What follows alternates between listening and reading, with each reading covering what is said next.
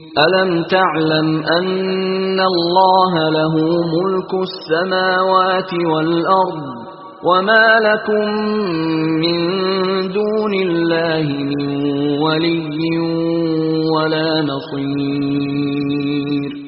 تمہیں معلوم نہیں کہ آسمانوں اور زمین کی بادشاہت خدا ہی کی ہے، اور خدا کے سوا تمہارا کوئی دوست اور مددگار نہیں۔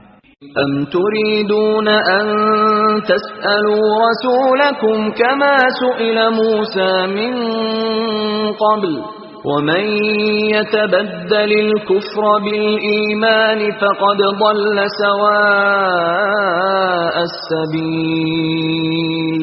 کیا تم یہ چاہتے ہو کہ اپنے پیغمبر سے اسی طرح کے سوال کرو جس طرح کے سوال پہلے موسیٰ سے کیے گئے تھے؟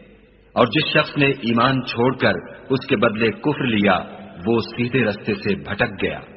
وَدَّ كَثِيرٌ مِّنْ أَهْلِ الْكِتَابِ لَوْ يَرُدُّونَكُمْ مِّن بَعْدِ إِيمَانِكُمْ كُفَّارًا حَسَدًا مِّنْ عِندِ أَنفُسِهِم مِّن بَعْدِ مَا تَبَيَّنَ لَهُمُ الْحَقُّ فَاعْفُوا وَاصْفَحُوا حَتَّى يَأْتِيَ اللَّهُ بِأَمْرِهِ إِنَّ اللَّهَ عَلَى كُلِّ شَيْءٍ قَدِيرٌ۔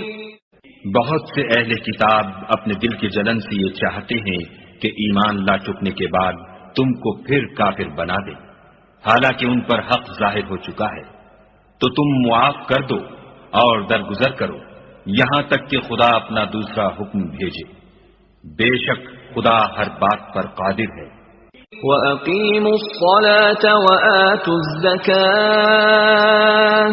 وَمَا تُقَدِّمُوا لِأَنفُسِكُم مِّنْ خَيْرٍ تَجِدُوهُ عِندَ اللَّهِ إِنَّ اللَّهَ بِمَا تَعْمَلُونَ بَصِيرٌ۔